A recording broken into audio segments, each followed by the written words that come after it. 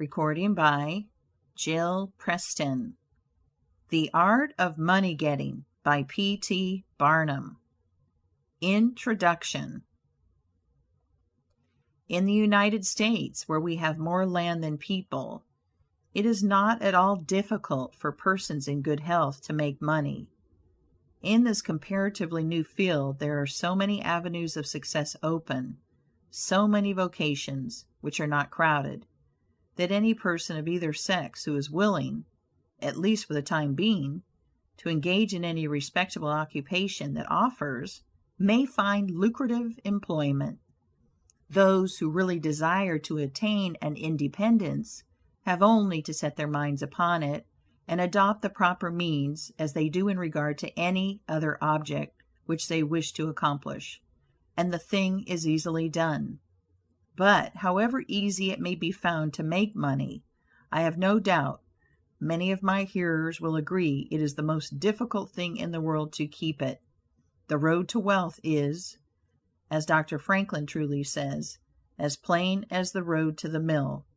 It consists simply in expending less than we earn. That seems to be a very simple problem.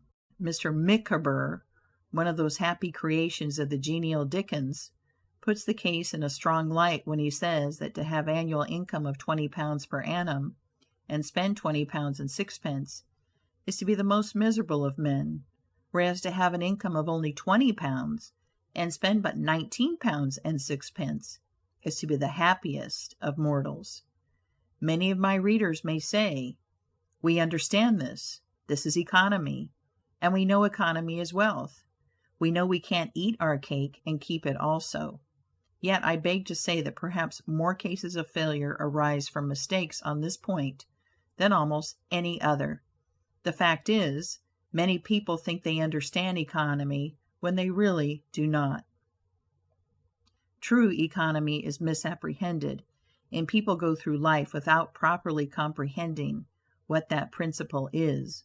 One says, "I have an income of so much, and here is my neighbor who has the same, yet every year he gets something ahead and I fall short. Why is it?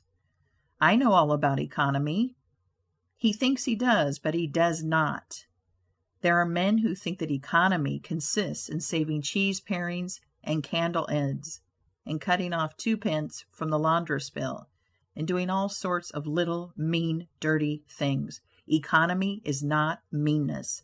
The misfortune is, also, that the class of persons let their economy apply in only one direction. They fancy they are so wonderfully economical in saving a halfpenny, where they ought to send 2d., that they think they can afford to squander in other directions. A few years ago, before kerosene oil was discovered or thought of, one might stop overnight at almost any farmer's house in the agricultural districts and get a very good supper, but after supper he might attempt to read in the sitting room, and would find it impossible with the inefficient light of one candle. The hostess, seeing his dilemma, would say, "It is rather difficult to read here in evenings. The proverb says you must have a ship at sea in order to be able to burn 2 candles at once. We never have an extra candle except on extra occasions. These extra occasions occur perhaps twice a year. In this way the good woman saves $5, $6, or $10 in that time. But the information which might be derived from having the extra light would, of course, far outweigh a ton of candles." But the trouble does not end here.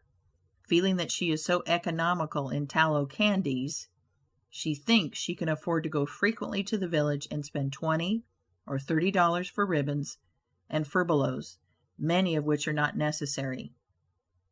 This false connote may frequently be seen in men of business, and in those instances it often runs to writing paper.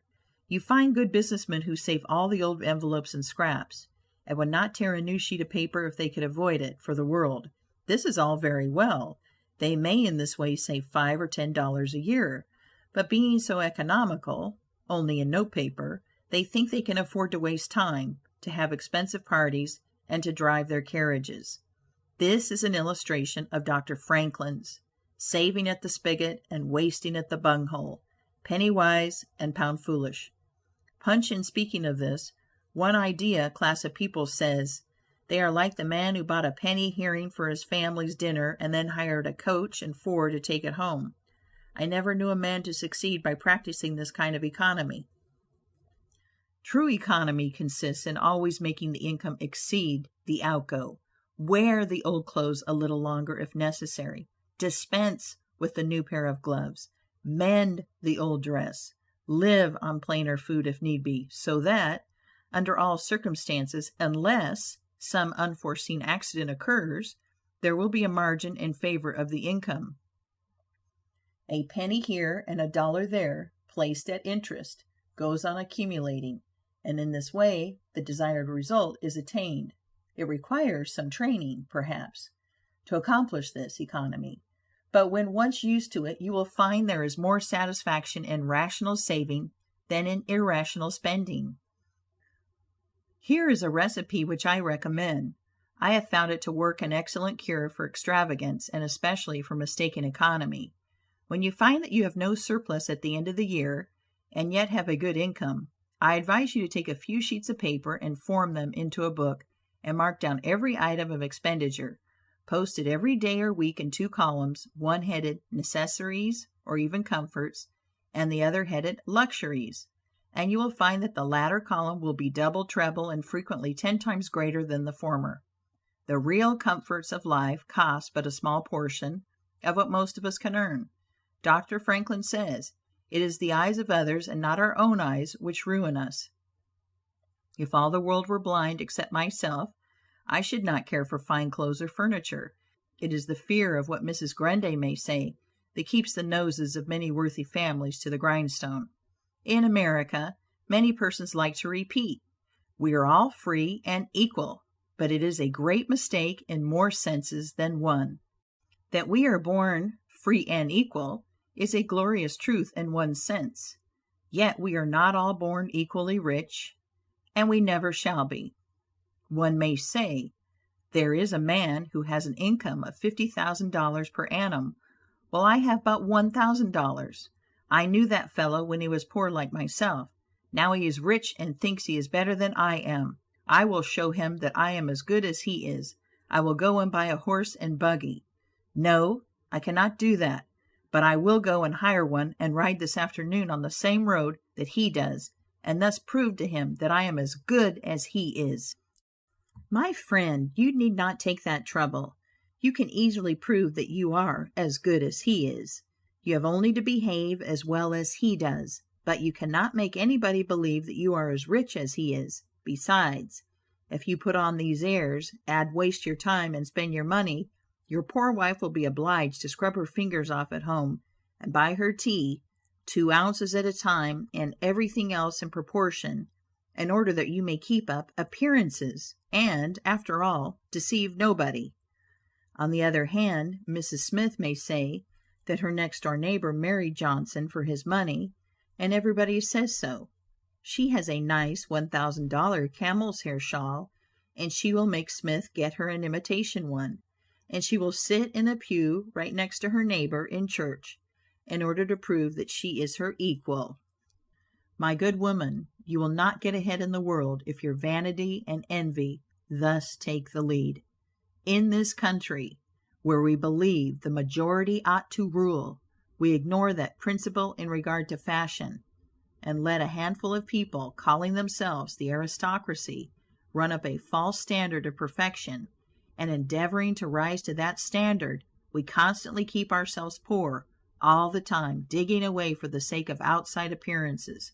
How much wiser to be a law unto ourselves, and say, we will regulate our outgo by our income, and lay up something for a rainy day. People ought to be as sensible on the subject of money getting as on any other subject. Like causes produces like effects.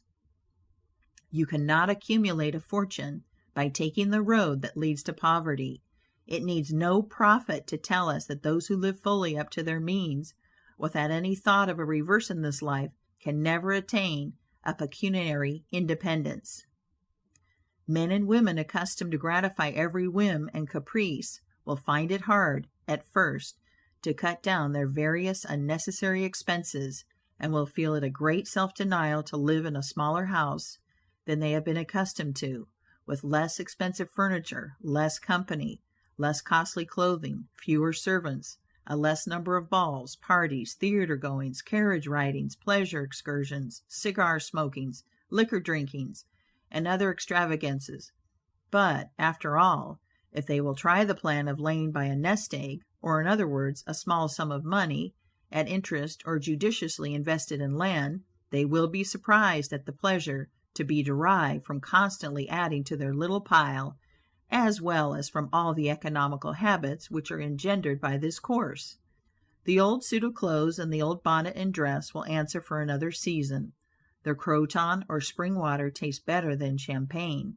A cold bath and a brisk walk will prove more exhilarating than a ride in the finest coach. A social chat, an evening's reading in the family circle, or an hour's play of hunt the slipper and blind man's buff, will be far more pleasant than a $50 or $500 party, when the reflection on the difference in cost is indulged in by those who begin to know the pleasures of saving. Thousands of men are kept poor, and tens of thousands are made so after they have acquired quite sufficient to support them well through life. In consequence of laying their plans of living on too broad a platform, some families expend $20,000. Some families expend $20,000 per annum, and some much more, and would scarcely know how to live on less, while others secure more solid enjoyment frequently on a 20th part of that amount. Prosperity is a more severe ordeal than adversity, especially sudden prosperity. Easy come, easy go, is an old and true proverb. A spirit of pride and vanity, when permitted to have full sway, is the undying cankerworm which gnaws the very vitals of a man's worldly possessions, let them be small or great, hundreds or millions. Many persons, as they begin to prosper, immediately expand their ideas and commence expending for luxuries, until in a short time their expenses swallow up their income, and they become ruined in their ridiculous attempts to keep up appearances and make a sensation. I know a gentleman of fortune who says that when he first began to prosper, his wife would have a new and elegant sofa. That sofa, he says, cost me $30,000. When the sofa reached the house, it was found necessary to get chairs to match, then sideboards, carpets, and tables to correspond with them, and so on through the entire stock of furniture, when at last it was found that the house itself was quite too small and old-fashioned for the furniture, and a new one was built to correspond with the new purchases. Thus, added my friend, summing up an outlay of $30,000 caused by that single sofa, and saddling on me, in the shape of servants, equipage, and the necessary expenses attendant upon keeping up a fine establishment, a yearly outlay of $11,000, and a target pinch at that, whereas 10 years ago we lived with much more real comfort, because with much less care, on as many hundreds. The truth is, he continued, that sofa would have brought me to inevitable bankruptcy, had not a most unexampled title to prosperity kept me above it, and had I not checked the natural desire to cut a dash. The foundation of success in life is good health. That is a substratum fortune. It is also the basis of happiness. A person cannot accumulate a fortune very well when he is sick. He has no ambition, no incentive, no force. Of course, there are those who have bad health and cannot help it. You cannot expect that such persons can accumulate wealth, but there are a great many in poor health who need not be so. If, then, sound health is the foundation of success and happiness in life, how important is it that we should study the laws of health, which is but another expression for the laws of nature. The nearer we keep to the laws of nature, the nearer we are to good health. And yet how many persons there are who pay no attention to natural laws, but absolutely transgress them, even against their own natural inclination. We ought to know that the sin of ignorance is never winked at in regard to the violation of nature's laws. Their infraction always brings the penalty. A child may thrust its finger into the flames without knowing it will burn, and so suffers. Repentance even will not stop the smart. Many of our ancestors knew very little about the principle of ventilation. They did not know much about oxygen, whatever other gin they might have been acquainted with, and consequently they built their houses with little 7 by 9 feet bedrooms, and these good old pious Puritans would lock themselves up in one of these cells, say their prayers, and go to bed.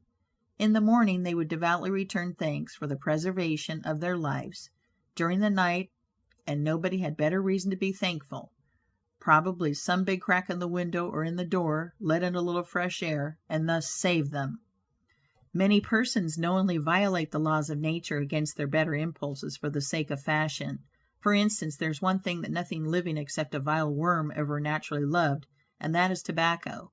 Yet how many persons there are who deliberately train in a natural appetite, and overcome this implanted aversion for tobacco to such a degree that they get to love it. They have got hold of a poisonous, filthy weed, or rather that takes a firm hold of them. Here are married men who run about spitting tobacco juice on the carpet and floors, and sometimes even upon their wives' bedsides. They do not kick their wives out of doors like drunken men, but their wives, I have no doubt, often wish they were outside of the house. Another perilous feature is that this artificial appetite, like jealousy, grows by what it feeds on. When you love that which is unnatural, a stronger appetite is created for the hurtful thing than the natural desire for what is harmless. There is an old proverb which says that habit is second nature, but an artificial habit is stronger than nature. Take, for instance, an old tobacco chewer. His love for the quid is stronger than his love for any particular kind of food. He can give up roast beef easier than give up the weed. Young lads regret that they are not men. They would like to go to bed boys and wake up men. And to accomplish this, they copy the bad habits of their seniors. Little Tommy and Johnny see their fathers or uncles smoke a pipe, and they say, "If I could only do that, I would be a man too." Uncle John has gone out and left his pipe of tobacco. Let us try it. They take a match and light it, and then puff away. "We will learn to smoke. Do you like it, Johnny?" That lad dolefully replies, "Not very much. It tastes bitter." By and by he grows pale, but he persists, and he soon offers up a sacrifice on the altar of fashion. But the boys stick to it and persevere, until at last they conquer their natural appetites and become the victims of acquired tastes.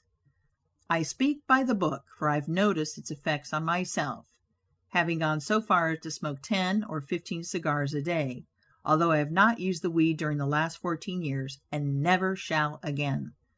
The more a man smokes, the more he craves smoking. The last cigar smoked simply excites the desire for another, and so on, incessantly. Take the tobacco chewer. In the morning, when he gets up, he puts a quid in his mouth and keeps it there all day, never taking it out except to exchange it for a fresh one, or when he is going to eat. Oh, yes, at intervals during the day and evening, many a chewer takes out the quid and holds it in his hand long enough to take a drink, and then pop, it goes back again. This simply proves that the appetite for rum is even stronger than that for tobacco. When the tobacco chewer goes to your country seat, and you show him your grapery and fruit house, and the beauties of your garden, when you offer him some fresh ripe fruit, and say, "My friend, I have got here the most delicious apples and pears and peaches and apricots. I have imported them from Spain, France, and Italy. Just see those luscious grapes.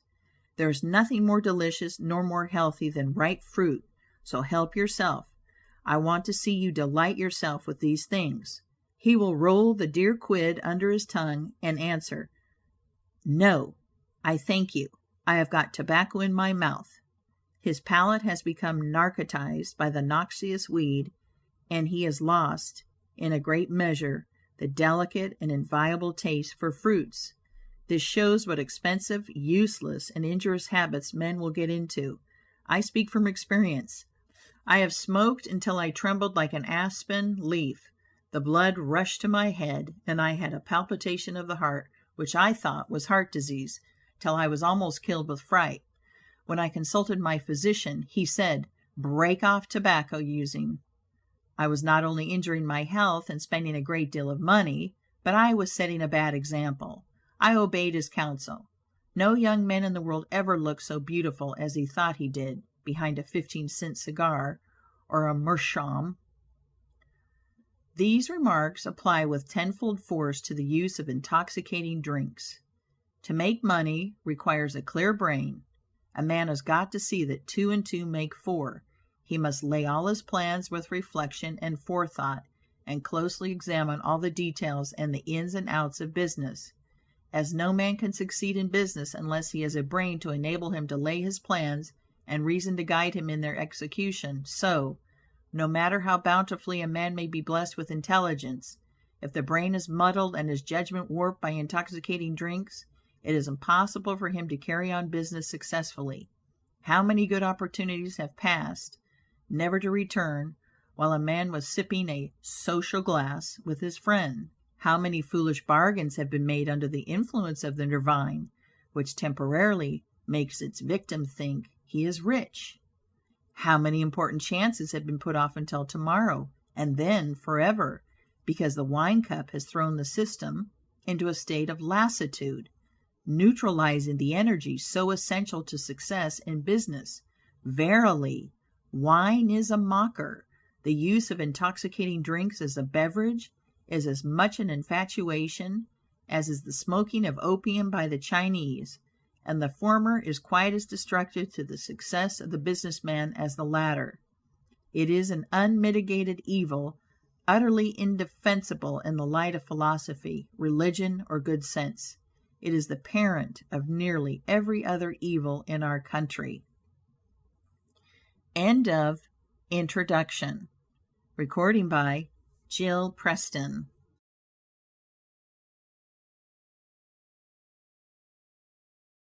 Chapter 1.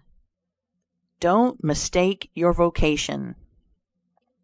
The safest plan, and the one most sure of success for the young man starting in life, is to select the vocation which is most congenial to his tastes. Parents and guardians are often quite too negligent in regard to this. It's very common for a father to say, for example, "I have 5 boys.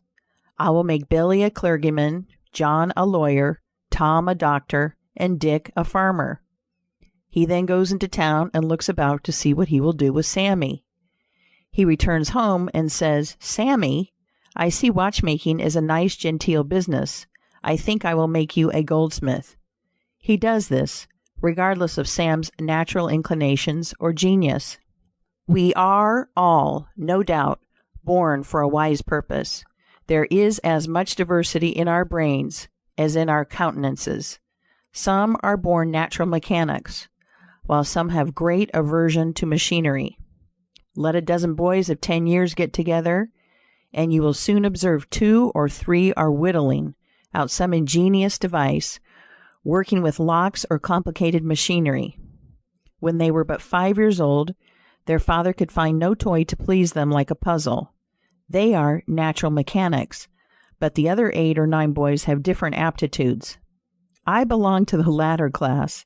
I never had the slightest love for mechanism. On the contrary, I have a sort of abhorrence for complicated machinery. I never had ingenuity enough to whittle a cider tap so it would not leak. I never could make a pen that I could write with, or understand the principle of a steam engine. If a man was to take such a boy as I was, and attempt to make a watchmaker of him, the boy might, after an apprenticeship of 5 or 7 years, be able to take apart and put together a watch. But all through life he would be working uphill and seizing every excuse for leaving his work and idling away his time. Watchmaking is repulsive to him. Unless a man enters upon the vocation intended for him by nature and best suited to his peculiar genius, he cannot succeed.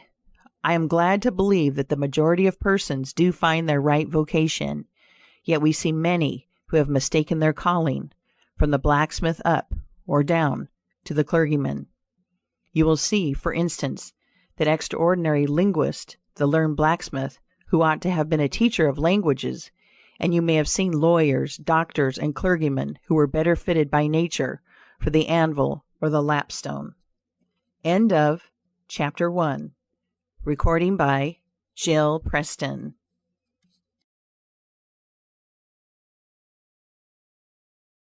Chapter 2. Select the right location.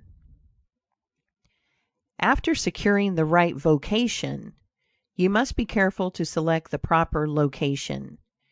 You may have been cut out for a hotel keeper, and they say it requires a genius to know how to keep a hotel. You might conduct a hotel like clockwork and provide satisfactorily for 500 guests every day. Yet, if you should locate your house in a small village where there is no railroad communication or public travel, the location would be your ruin. It is equally important that you do not commence business where there are already enough to meet all demands in the same occupation. I remember a case which illustrates this subject. When I was in London in 1858, I was passing down Holborn with an English friend and came to the penny shows. They had immense cartoons outside portraying the wonderful curiosities to be seen, all for a penny.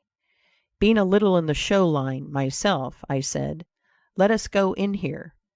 We soon found ourselves in the presence of the illustrious showman, and he proved to be the sharpest man in that line I had ever met.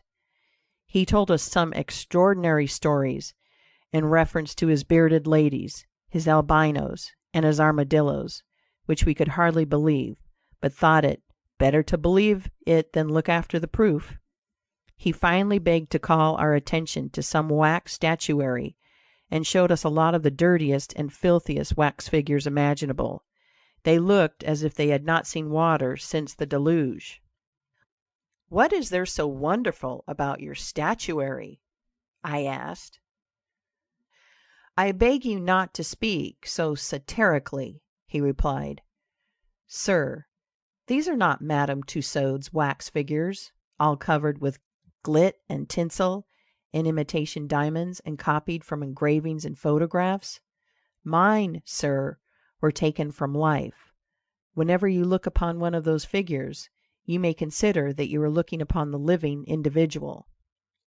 Glancing casually at them, I saw one labeled Henry VIII, and feeling a little curious upon seeing that it looked like Calvin Edson, the living skeleton, I said, "Do you call that Henry VIII?"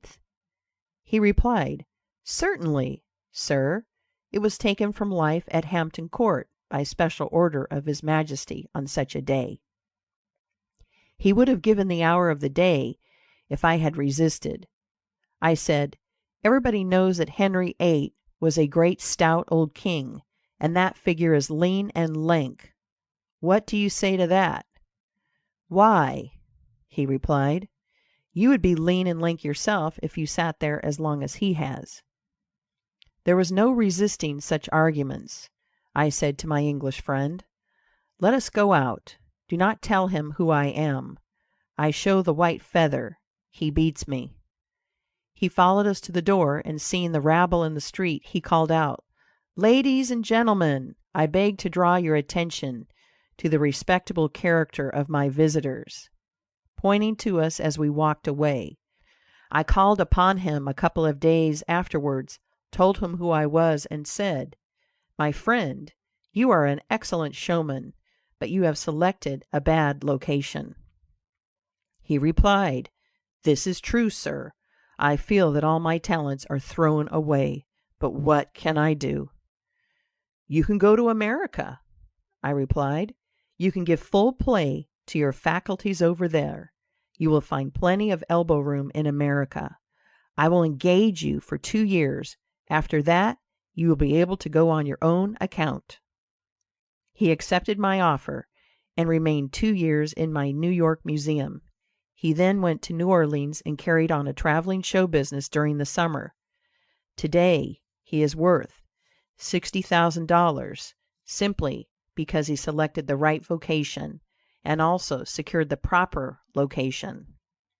The old proverb says, "3 removes are as bad as a fire," but when a man is in the fire, it matters but little how soon or how often he removes. End of chapter 2. Recording by Jill Preston.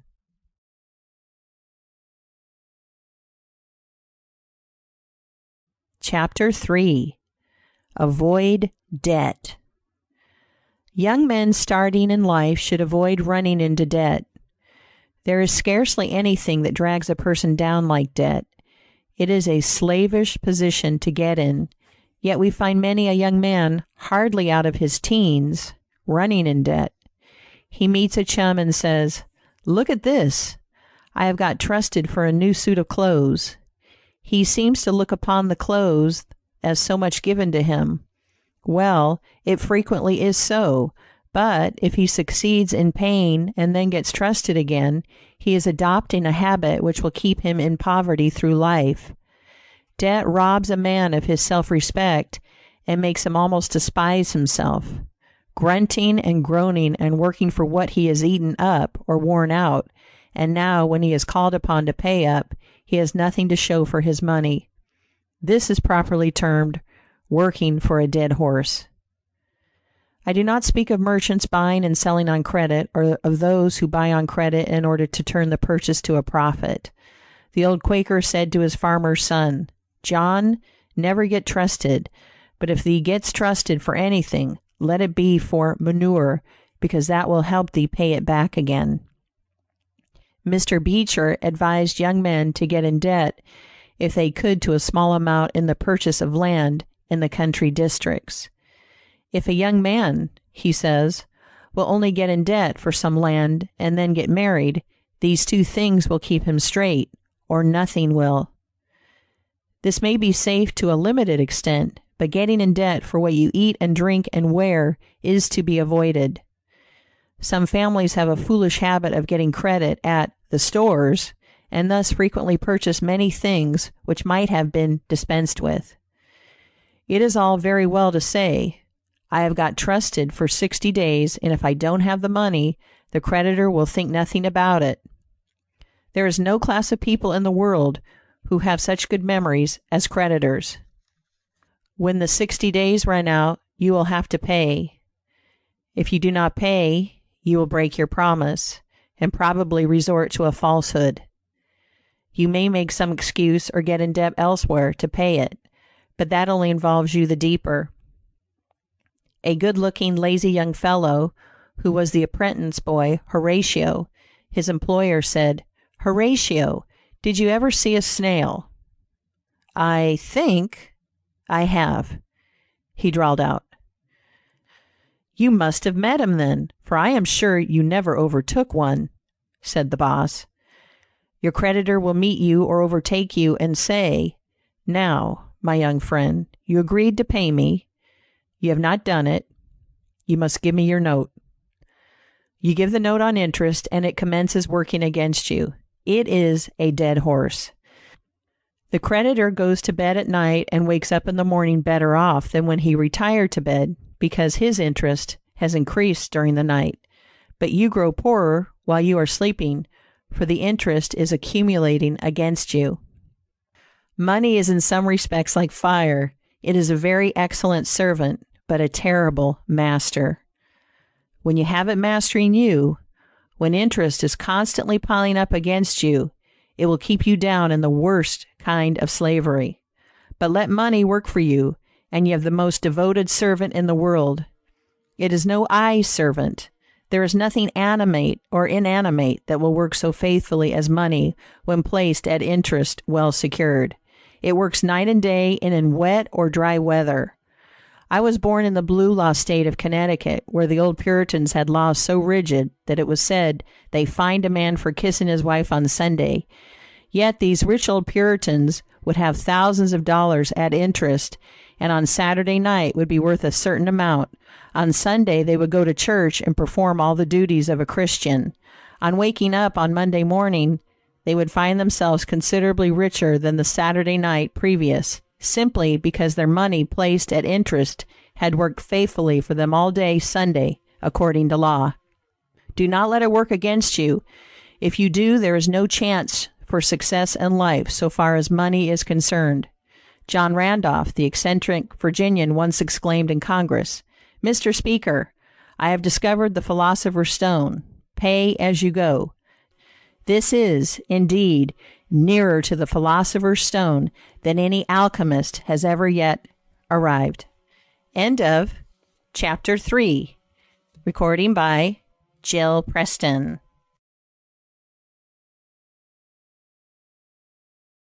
Chapter 4. Persevere. When a man is in the right path, he must persevere. I speak of this because there are some persons who are born tired, naturally lazy, and possessing no self-reliance and no perseverance. But they can cultivate these qualities, as Davy Crockett said. This thing remember, when I am dead, be sure you are right, then go ahead. It is this go-aheadiveness, this determination, not to let the horrors or the blues take possession of you, so as to make you relax your energies in the struggle for independence, which you must cultivate. How many have almost reached the goal of their ambition, but, losing faith in themselves, have relaxed their energies, and the golden prize has been lost forever? It is, no doubt, often true, as Shakespeare says, there is a tide in the affairs of men, which, taking at the floods, leads on to fortune.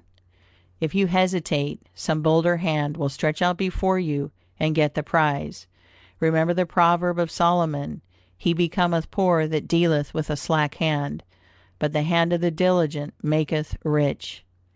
Perseverance is sometimes but another word for self-reliance. Many persons naturally look on the dark side of life and borrow trouble. They are born so. Then they ask for advice, and they will be governed by one wind and blown by another, and cannot rely upon themselves. Until you can get so that you can rely upon yourself, you need not expect to succeed.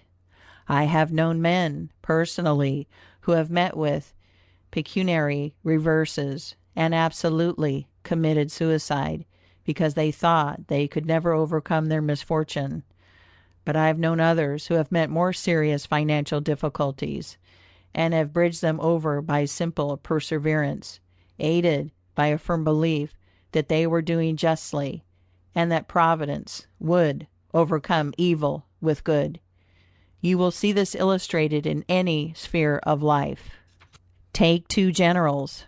Both understand military tactics, both educated at West Point, if you please, both equally gifted, yet one having this principle of perseverance, and the other lacking it. The former will succeed in his profession, while the latter will fail. One may hear the cry, the enemy are coming, and they have got cannon. Got cannon, says the hesitating general. Yes. Then halt, every man. He wants time to reflect. His hesitation is his ruin. The enemy passes unmolested, or overwhelms him, while on the other hand, the general of pluck, perseverance, and self-reliance goes into battle with a will, and, amid the clash of arms, the booming of cannon, the shrieks of the wounded, and the moans of the dying, you will see this man persevering, going on, cutting and slashing his way through with unwavering determination, inspiring his soldiers to deeds of fortitude, valor, and triumph.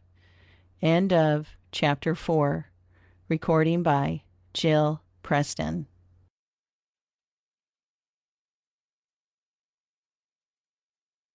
Chapter 5. Whatever you do, do it with all your might. Work at it if necessary, early and late, in season and out of season, not leaving a stone unturned, and never deferring for a single hour that which can be done just as well now. The old proverb is full of truth and meaning. Whatever is worth doing at all is worth doing well. Many a man acquires a fortune by doing his business thoroughly, while his neighbor remains poor for life, because he only half does it. Ambition, energy, industry, perseverance are indispensable requisites for success in business. Fortune always favors the brave, and never helps a man who does not help himself. It won't do to spend your time like Mr. Micawber, in waiting for something to turn up. To such men, one of two things usually turns up: the poorhouse or the jail, for idleness breeds bad habits, and clothes a man in rags. The poor spendthrift vagabond says to a rich man, "I have discovered there is enough money in the world for all of us. If it was equally divided, this must be done, and we shall all be happy together." "But," was the response, "if everybody was like you, it would be spent in 2 months, and what would you do then?" "Oh, divide again, keep dividing, of course." I was recently reading in a London paper an account of a like philosophic pauper who was kicked out of a cheap boarding house because he could not pay his bill, but he had a roll of papers sticking out of his coat pocket, which upon examination proved to be his plan for paying off the national debt of England without the aid of a penny. People have got to do as Cromwell said: "Not only trust in Providence, but keep the powder dry." Do your part of the work, or you cannot succeed. Mahomet, one night while encamping in the desert, overheard one of his fatigued followers remark, "I will lose my camel, and trust it to God." "No, no, not so," said the prophet. "Tie thy camel and trust it to God. Do all you can for yourselves, and then trust to Providence, or luck, or whatever you please to call it, for the rest." Depend upon your own personal exertions. The eye of the employer is often worth more than the hands of a dozen employees. In the nature of things, an agent cannot be so faithful to his employer as to himself. Many who are employers will call to mind instances where the best employee have overlooked important points, which could not have escaped their own observation as a proprietor. No man has a right to expect to succeed in life unless he understands his business, and nobody can understand his business thoroughly unless he learns it by personal application and experience. A man may be a manufacturer. He has got to learn the many details of his business personally. He will learn something every day, and he will find he will make mistakes nearly every day. And these very mistakes are helps to him in the way of experiences, if he but heeds them. He will be like the Yankee tin peddler who, having been cheated as to quality in the purchase of his merchandise, said, "All right, there's a little information to be gained every day. I will never be cheated in that way again." Thus a man buys his experience, and it is the best kind if not purchased at too dear a rate. I hold that every man should, like Cuvier, the French naturalist, thoroughly know his business. So proficient was he in the study of natural history, that you might bring to him the bone, or even a section of a bone of an animal which he had never seen described, and, reasoning from analogy, he would be able to draw a picture of the object from which the bone had been taken. On one occasion his students attempted to deceive him. They rolled one of their number in a cowskin, and put him under the professor's table as a new specimen. When the philosopher came into the room, some of the students asked him what animal it was. Suddenly the animal said, "I am the devil, and I am going to eat you."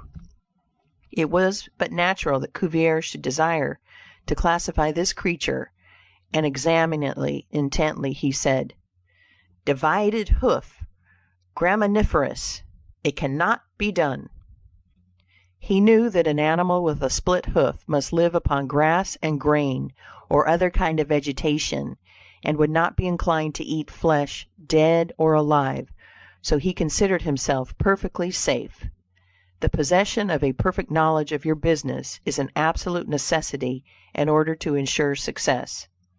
Among the maxims of the elder Rothschild was one, all apparent paradox: "Be cautious and bold." This seems to be a contradiction in terms, but it is not, and there is great wisdom in the maxim. It is, in fact, a condensed statement of what I have already said. It is to say, you must exercise your caution in laying your plans, but be bold in carrying them out. A man who is all caution will never dare to take hold and be successful. and a man who is all boldness is merely reckless and must eventually fail. A man may go on 'change and make $50,000 or $100,000 in speculating in stocks at a single operation, but if he has simple boldness without caution, it is mere chance, and what he gains today he will lose tomorrow. You must have both the caution and the boldness to ensure success.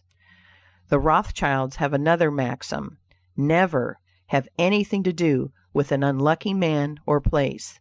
That is to say, never have anything to do with a man or place which never succeeds, because although a man may appear to be honest and intelligent, yet if he tries this or that thing and always fails, it is on account of some fault or infirmity that you may not be able to discover, but nevertheless which must exist.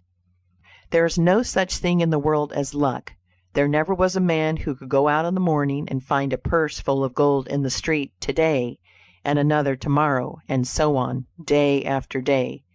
He may do so once in his life, but so far as mere luck is concerned, he is as liable to lose it as to find it.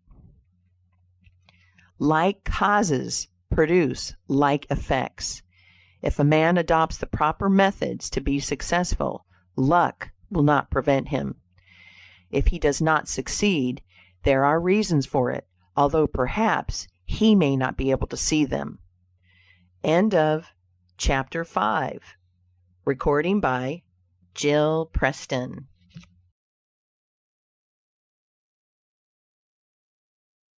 Chapter 6. Use the best tools. Men and engaging employees should be careful to get the best. Understand, you cannot have too good tools to work with.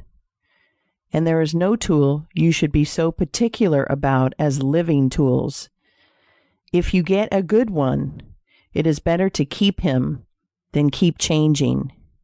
He learns something every day, and you are benefited by the experience he acquires. He is worth more to you this year than last, and he is the last man to part with, provided his habits are good and he continues faithful. If, as he gets more valuable, he demands an exorbitant increase of salary on the supposition that you can't do without him, let him go. Whenever I have such an employee, I always discharge him first to convince him that his place may be supplied, and second, because he is good for nothing if he thinks he is invaluable and cannot be spared.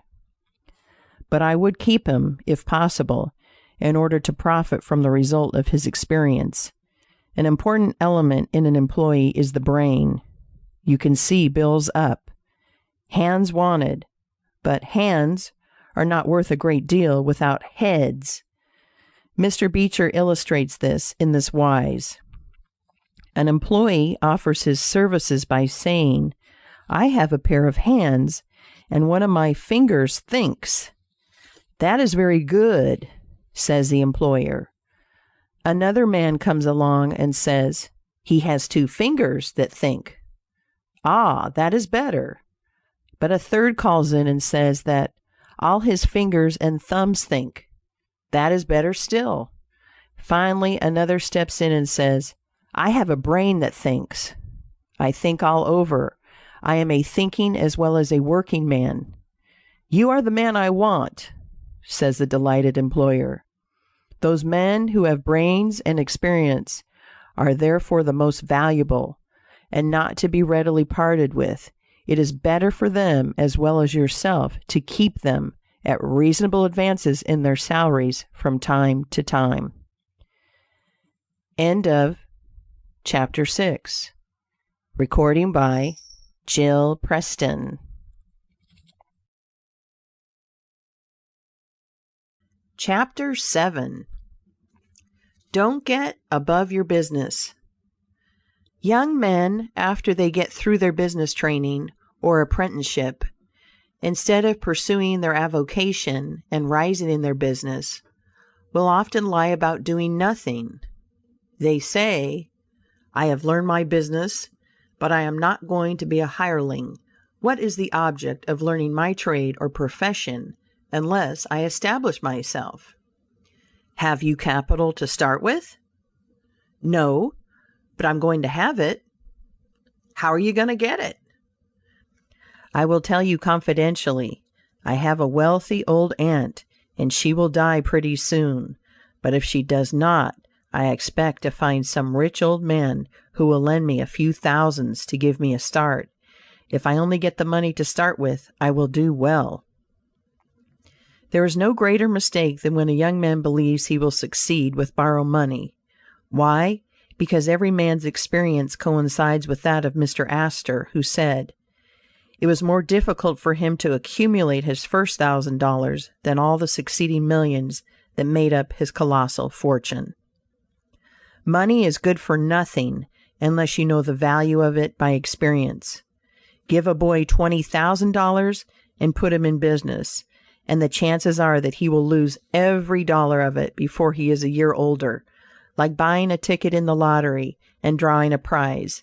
It is easy come, easy go. He does not know the value of it.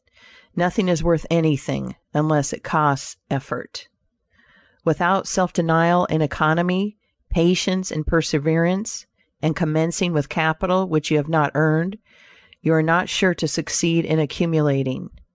Young men, instead of waiting for dead man's shoes, should be up and doing, for there is no class of persons who are so unaccommodating in regard to dying as these rich old people, and it is fortunate for the expectant heirs that it is so. 9 out of 10 of the rich men of our country today started out in life as poor boys, with determined wills, industry, perseverance, economy, and good habits. They went on gradually, made their own money, and saved it, and this is the best way to acquire a fortune. Stephen Girard started life as a poor cabin boy and died worth $9 million. A.T. Stewart was a poor Irish boy, and he paid taxes on $1.5 million of income per year. John Jacob Astor was a poor farmer boy and died worth 20 millions. Cornelius Vanderbilt began life rowing a boat from Staten Island to New York. He presented our government with a steamship worth $1 million and died worth 50 million. There is no royal road to learning, says the proverb. I may say it is equally true. There is no royal road to wealth, but I think there is a royal road to both. The road to learning is a royal one, the road that enables the student to expand his intellect and add every day to his stock of knowledge, until in the pleasant process of intellectual growth he is able to solve the most profound problems, to count the stars, to analyze every atom of the globe, and to measure the firmament that is a regal highway, and it is the only road worth traveling. So, in regard to wealth, go on in confidence, study the rules, and above all things, study human nature, for the proper study of mankind is man, and you will find that while expanding the intellect and the muscles, your enlarged experience will enable you every day to accumulate more and more principle, which will increase itself by interest and otherwise, until you arrive at a state of independence. You will find, as a general thing, that the poor boys get rich and the rich boys get poor. For instance, a rich man at his decease leaves a large estate to his family. His eldest sons, who have helped him earn his fortune, know by experience the value of money, and they take their inheritance and add to it. The separate portions of the young children are placed at interest, and the little fellows are patted on the head and told a dozen times a day, "You are rich. You will never have to work. You can always have whatever you wish, for you were born with a golden spoon in your mouth." The young heir soon finds out what that means. He has the finest dresses and playthings. He is crammed with sugar candies and almost killed with kindness, and he passes from school to school, petted and flattered. He becomes arrogant and self-conceited, abuses his teachers, and carries everything with a high hand. He knows nothing of the real value of money, having never earned any, but he knows all about the golden spoon business. At college he invites his poor fellow students to his room, where he wines and dines them. He is cajoled and caressed, and called a glorious good fellow, because he is so lavish of his money. He gives his game suppers, drives his fast horses, invites his chums to fetes and parties, determined to have lots of good times. He spends the night in frolics and debauchery, and leads off his companions with the familiar song, "We won't go home till morning." He gets them to join him in pulling down signs, taking gates from their hinges, and throwing them into backyards and horse ponds. If the police arrest them, he knocks them down, is taken to the lockup, and joyfully foots the bills. "Ah, my boys," he cries, "what is the use of being rich if you can't enjoy yourself?"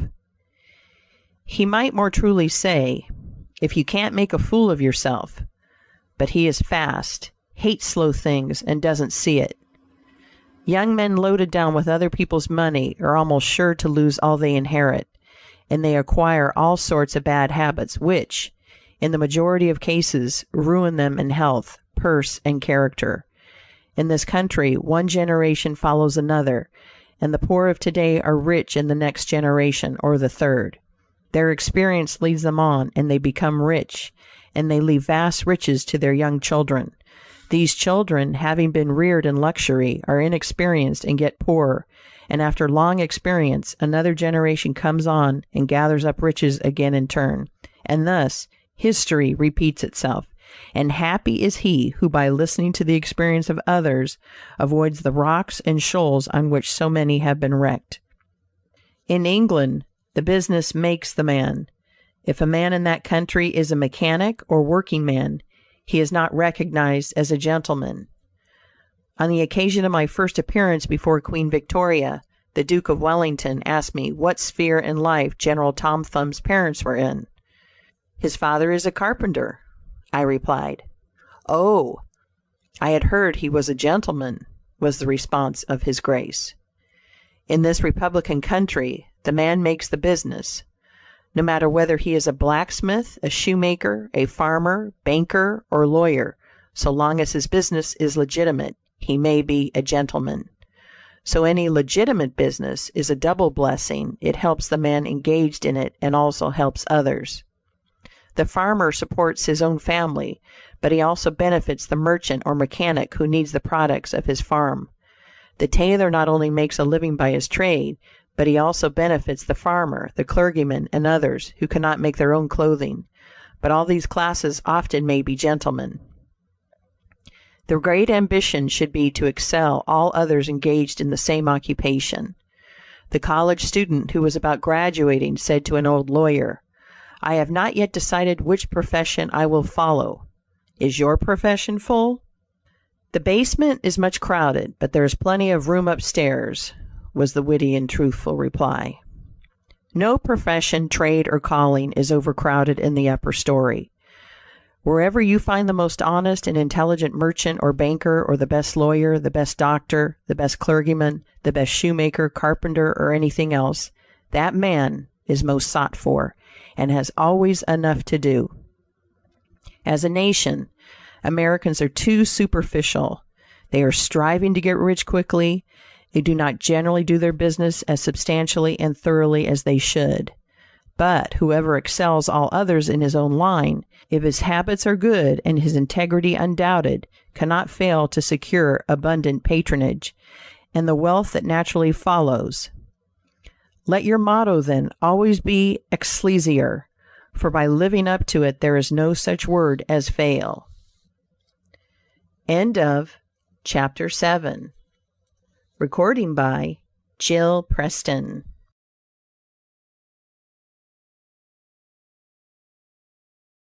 Chapter 8. Learn something useful. Every man should make his son or daughter learn some useful trade or profession, so that in these days of changing fortunes, of being rich today and poor tomorrow, they may have something tangible to fall back upon. This provision might save many persons from misery who by some expected turn of fortune have lost all their means. End of Chapter 8. Recording by Jill Preston.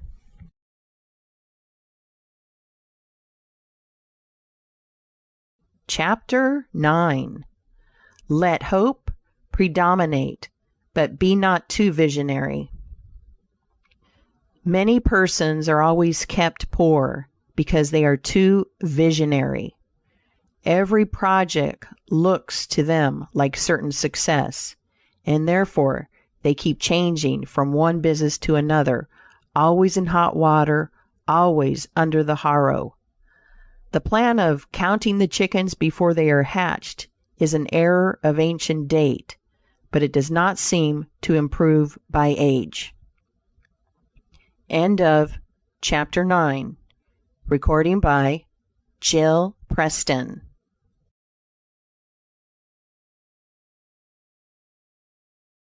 Chapter 10.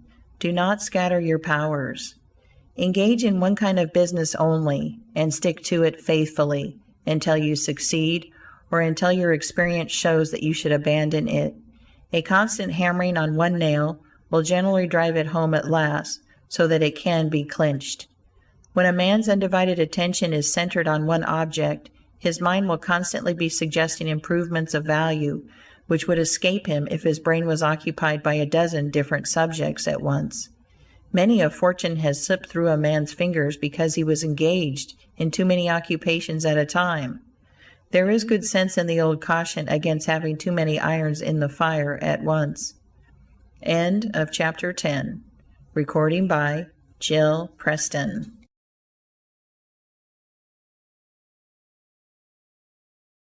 Chapter 11. Be systematic. Men should be systematic in their business. A person who does business by rule, having a time and place for everything, doing his work promptly, will accomplish twice as much and with half the trouble of him who does it carelessly and slipshod.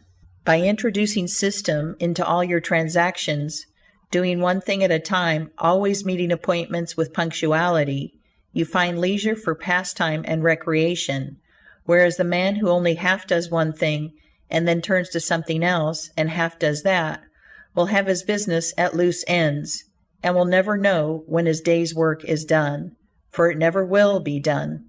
Of course, there is a limit to all these rules. We must try to preserve the happy medium, for there is such a thing as being too systematic. There are men and women, for instance, who put away things so carefully that they can never find them again. It is too much like the red tape formality at Washington and Mr. Dickens' circumlocution office, all theory and no result. When the Astor House was first started in New York City, it was undoubtedly the best hotel in the country. The proprietors had learned a great deal in Europe regarding hotels, and the landlords were proud of the rigid system which pervaded every department of their great establishment. When 12 o'clock at night had arrived and there were a number of guests around, one of the proprietors would say, "Touch that bell, John," and in 2 minutes 60 servants with a water bucket in each hand would present themselves in the hall. "This," said the landlord, addressing its guests, "is our fire bell. It will show you we are quite safe here. We do everything systematically." This was before the Croton water was introduced into the city, but they sometimes carried their system too far. On one occasion, when the hotel was thronged with guests, one of the waiters was suddenly indisposed, and although there were 50 waiters in the hotel, the landlord thought he must have his full complement or his system would be interfered with. Just before dinner time, he rushed downstairs and said, "There must be another waiter. I am 1 waiter short. What can I do?" He happened to see Boots, the Irishman. Pat said, "Wash your hands and face. Take that white apron and come into the dining room in 5 minutes. Now, Pat, you must stand behind these 2 chairs and wait on the gentleman who will occupy them. Did you ever act as a waiter?" "I know all about it, sure, but I never did it." Like the Irish pilot, on one occasion, when the captain, thinking he was considerably out of his course, asked, "Are you certain you understand what you are doing?" Pat replied, "Sure, and I knows every rock in the channel." That moment, bang, thumped the vessel against a rock. "Ah, "Be jabbers. And that is one of 'em," continued the pilot. But to return to the dining room. Pat said the landlord, "Here we do everything systematically.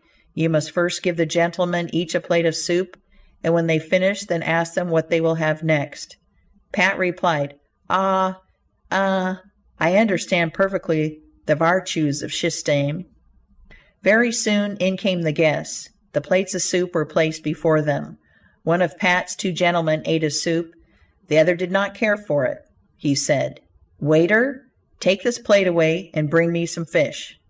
Pat looked at the untasted plate of soup, and remembering the instructions of the landlord in regard to system, replied, "Not till you have ate your supper." Of course, that was carrying system entirely too far. End of chapter 11. Recording by Jill Preston. Chapter 12. Read the newspapers. Always take a trustworthy newspaper, and thus keep thoroughly posted in regard to the transactions of the world. He who is without a newspaper is cut off from his species. In these days of telegraphs and steam, many important inventions and improvements in every branch of trade are being made, and he who don't consult the newspapers will soon find himself and his business left out in the cold. End of chapter 12. Recording by Jill Preston. Chapter 13. Beware of outside operations. We sometimes see men who have obtained fortune suddenly become poor. In many cases, this arises from intemperance, and often from gaming and other bad habits. Frequently it occurs because a man has been engaged in outside operations of some sort. When he gets rich in his legitimate business, he is told of a grand speculation where he can make a score of thousands. He is constantly flattered by his friends, who tell him that he is born lucky, that everything he touches turns into gold. Now, if he forgets that his economical habits, his rectitude of conduct, and a personal attention to a business which he understood, caused his success in life, he will listen to the siren voices. He says, "I will put in $20,000. I have been lucky, and my good luck will soon bring me back $60,000. A few days elapse, and it is discovered he must put in $10,000 more. Soon after, he is told, "It is all right, but certain matters not foreseen require an advance of $20,000 more, which will bring him a rich harvest." But before the time comes around to realize, the bubble bursts. He loses all he is possessed of, and then he learns what he ought to have known at the first, that however successful a man may be in his own business, if he turns from that and engages ill a business which he don't understand, he is like Samson when shorn of his locks. His strength has departed, and he becomes like other men. If a man has plenty of money, he ought to invest something in everything that appears to promise success, and that will probably benefit mankind. But let the sums thus invested be moderate in amount, and never let a man foolishly jeopardize a fortune that he has earned in a legitimate way by investing it in things in which he has had no experience. End of chapter 13. Recording by Jill Preston.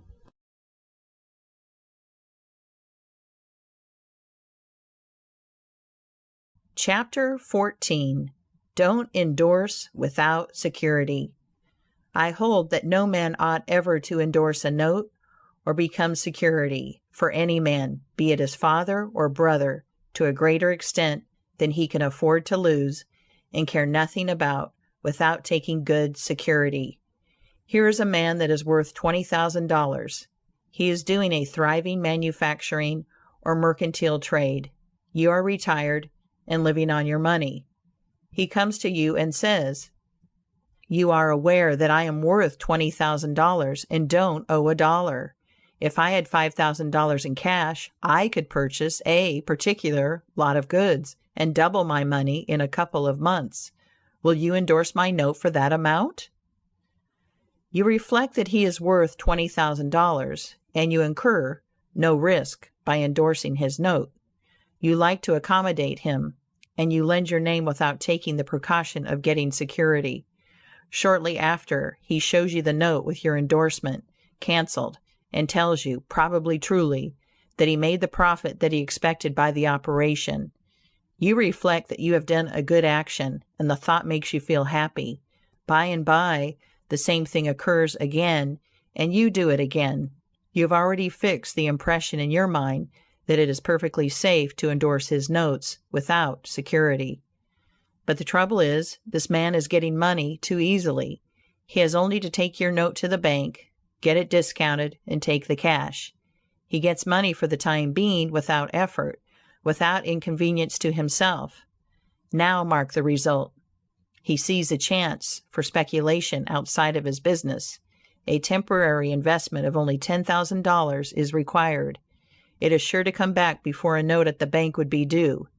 He places a note for that amount before you. You sign it almost mechanically, being firmly convinced that your friend is responsible and trustworthy. You endorse his notes as a matter of course.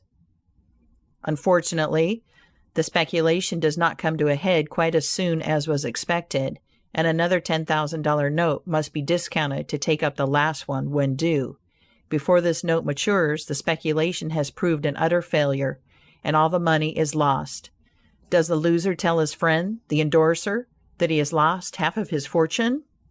Not at all. He don't even mention that he has speculated at all, but he has got excited. The spirit of speculation has seized him. He sees others making large sums in this way. We seldom hear of the losers. And, like other speculators, he looks for his money where he loses it. He tries again. Endorsing notes has become chronic with you, and at every loss he gets your signature for whatever amount he wants. Finally, you discover your friend has lost all of his property and all of yours. You are overwhelmed with astonishment and grief, and you say, "It is a hard thing. My friend here has ruined me." But you should add, "I have also ruined him." If you had said in the first place, "I will accommodate you, but I never endorse without taking ample security," he could not have gone beyond the length of his tether, and he would never have been tempted away from his legitimate business. It is a very dangerous thing, therefore, at any time, to let people get possession of money too easily. It tempts them to hazardous speculations, if nothing more.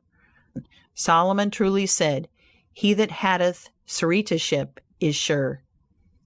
So with the young man starting in business, let him understand the value of money by earning it. When he does understand its value, then grease the wheels a little in helping him to start business. But remember, men who get money with too great facility cannot usually succeed. You must get the first dollars by hard knocks and at some sacrifice in order to appreciate the value of those dollars. End of Chapter 14. Recording by Jill Preston.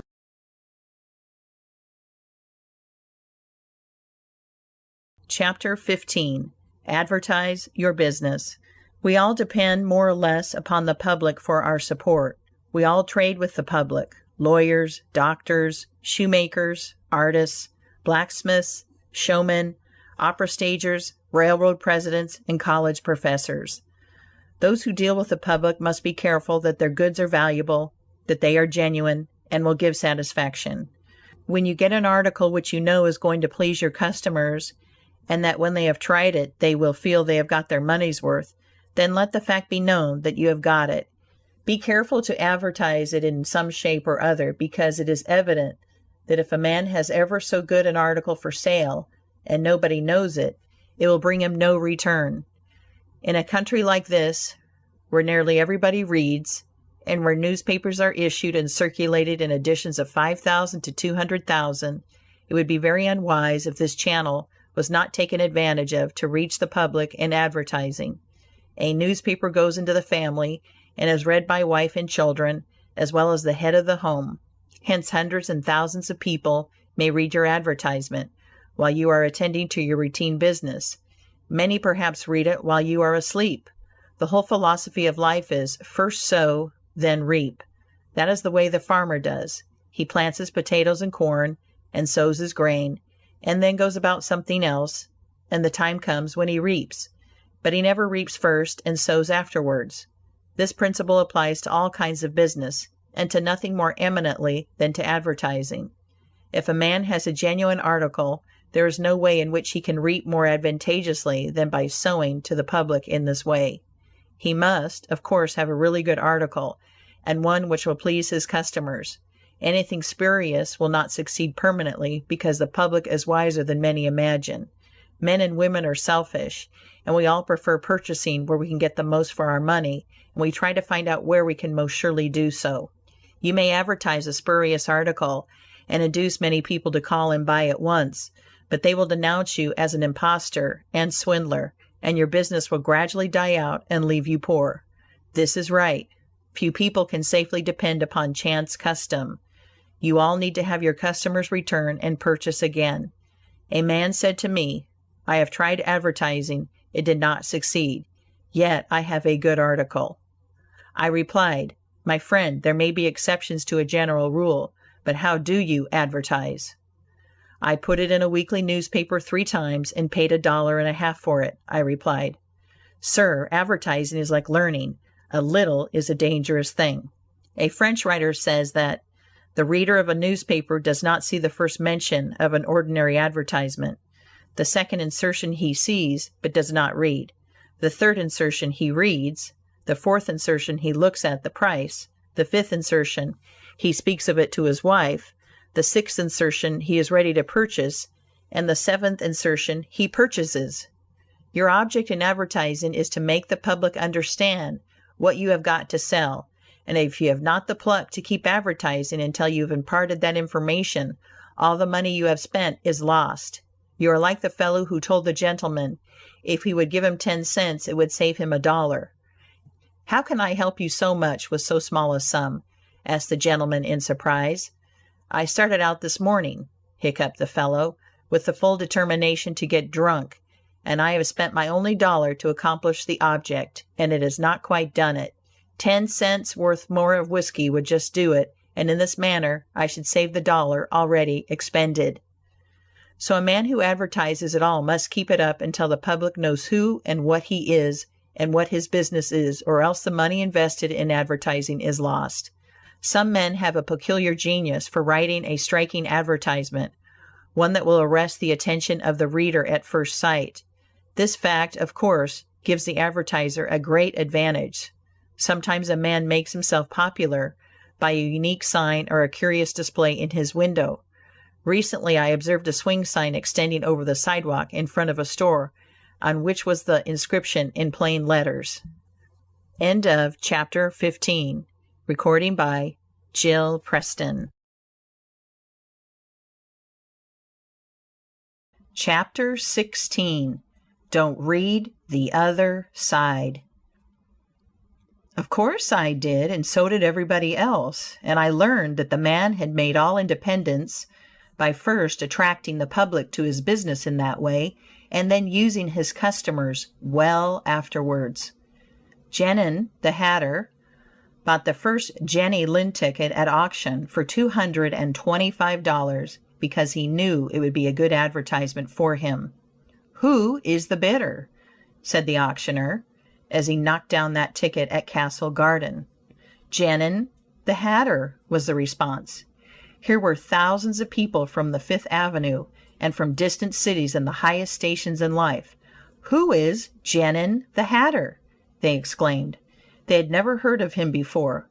The next morning the newspapers and telegraph had circulated the facts from Maine to Texas, and from 5 to 10 millions of people had read that the tickets sold at auction for Jenny Lind's first concert amounted to about $20,000, and that a single ticket was sold at $225 to Jenin the hatter.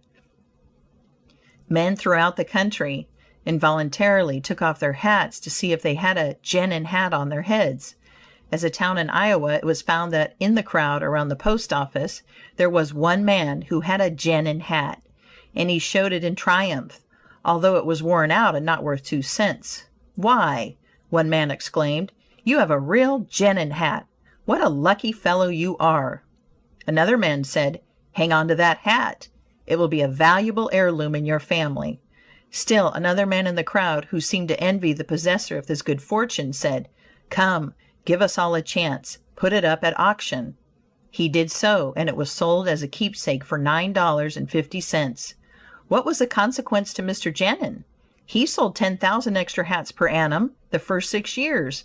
9/10 of the purchasers bought of him, probably out of curiosity, and many of them, finding that he gave them an equivalent for their money, became his regular customers.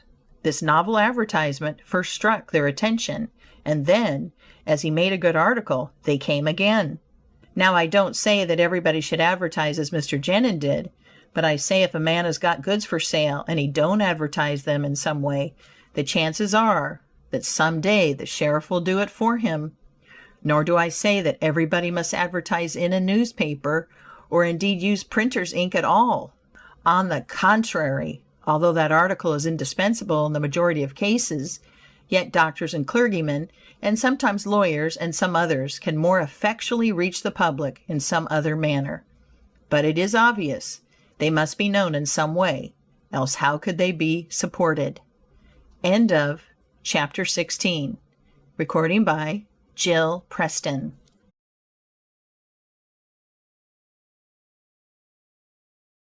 Chapter 17. Be polite and kind to your customers. Politeness and civility are the best capital ever invested in business. Large stores, gilt signs, flaming advertisements will all prove unavailing if you or your employees treat your patrons abruptly. The truth is, the more kind and liberal a man is, the more generous will be the patronage bestowed upon him. Like begets like. The man who gives the greatest amount of goods of a corresponding quality for the least sum, still reserving for himself a profit, will generally succeed best in the long run. This brings us to the golden rule: as ye would that men should do to you, do ye also to them. And they will do better by you than if you always treated them as if you wanted to get the most you could out of them for the least return.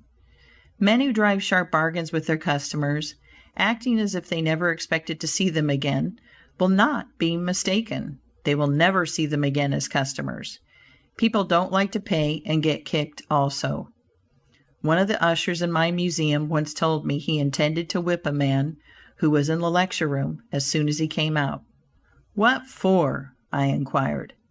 "Because he said I was no gentleman," replied the usher. "Never mind," I replied. "He pays for that, and you will not convince him you are a gentleman by whipping him. I cannot afford to lose a customer. If you whip him, he will never visit the museum again, and he will induce friends to go with him to other places of amusement instead of this, and thus you see I should be a serious loser." "But he insulted me," muttered the usher. "Exactly," I replied.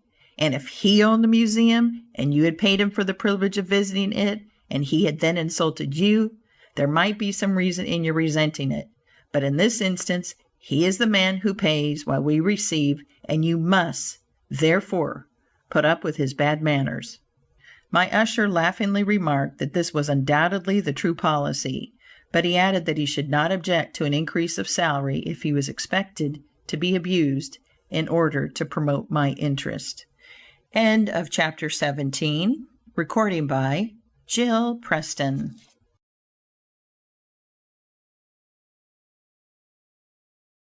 Chapter 18. Be charitable.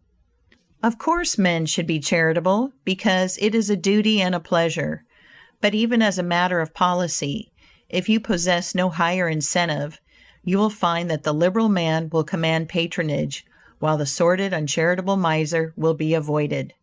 Solomon says, "There is that scattereth, and yet increaseth, and there is that withholdeth more than meet, but it tendeth to poverty."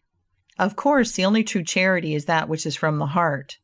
The best kind of charity is to help those who are willing to help themselves. Promiscuous almsgiving, without inquiring into the worthiness of the applicant, is bad in every sense. But to search out and quietly assist those who are struggling for themselves is the kind that scattereth and yet increaseth. But don't fall into the idea that some person's practice of giving a prayer instead of a potato, and a benediction instead of bread to the hungry, It is easier to make Christians with full stomachs than empty. End of chapter 18. Recording by Jill Preston.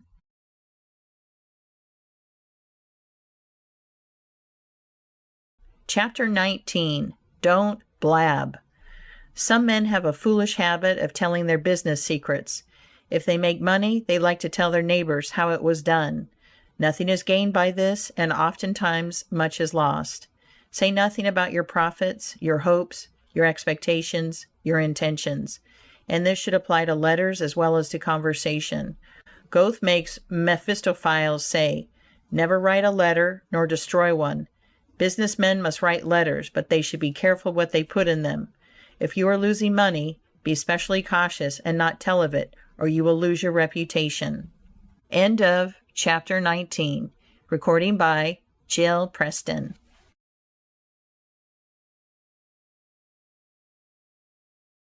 Chapter 20. Preserve your integrity. It is more precious than diamonds or rubies. The old miser said to his sons, "Get money. Get it honestly if you can, but get money." This advice was not only atrociously wicked, but it was the very essence of stupidity. It was much as to say, if you find it difficult to obtain money honestly, you can easily get it dishonestly. Get it in that way, poor fool. Not to know that the most difficult thing in life is to make money dishonestly. Not to know that our prisons are full of men who attempted to follow this advice. Not to understand that no man can be dishonest without soon being found out, and that when his lack of principle is discovered, nearly every avenue to success is closed against him forever. The public very properly shun all whose integrity is doubted. No matter how polite and pleasant and accommodating a man may be, none of us dare to deal with him if we suspect false weights and measures. Strict honesty not only lies at the foundation of all success in life, financially, but in every other respect. Uncompromising integrity of character is invaluable. It secures to its possessor a peace and joy which cannot be attained without it, which no amount of money or houses and lands can purchase. A man who is known to be strictly honest may be ever so poor, but he has the purses of all the community at his disposal, for all know that if he promises to return what he borrows, he will never disappoint them. As a mere matter of selfishness, therefore, if a man has no higher motive for being honest, all will find that the maxim of Dr. Franklin can never fail to be true, that honesty is the best policy. To get rich is not always equivalent to being successful. There are many rich, poor men, while there are many others, honest and devout men and women, who have never possessed so much money as some rich persons squander in a week, but who are nevertheless really richer and happier than any man can ever be, while he is a transgressor of the higher laws of his being. The inordinate love of money, no doubt, may be and is the root of all evil. But money itself, when properly used, is not only a handy thing to have in the house, but affords the gratification of blessing our race by enabling its possessor to enlarge the scope of human happiness and human influence. The desire for wealth is nearly universal, and none can say it is not laudable, provided the possessor of it accepts its responsibilities and uses it as a friend to humanity. The history of money getting, which is commerce, is a history of civilization, and wherever trade has flourished most, there too have art and science produced the noblest fruits. In fact, as a general thing, money getters are the benefactors of our race. To them, in a great measure, are we indebted for our institutions of learning and of art, our academies, colleges, and churches. It is no argument against the desire for, or the possession of wealth, to say that there are sometimes misers who hoard money only for the sake of hoarding, and who have had no higher aspiration than to grasp everything which comes within their reach. As we have sometimes hypocrites in religion and demagogues in politics, so there are occasionally misers among money-getters. These, however, are only exceptions to the general rule.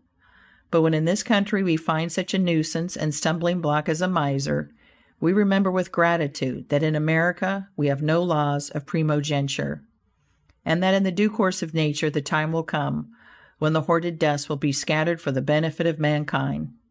To all men and women, therefore, do I conscientiously say, make money honestly and not otherwise. For Shakespeare has truly said, he that wants money, means, and content is without 3 good friends. End of chapter 20. Recording by Jill Preston. End of The Art of Money Getting by P.T. Barnum.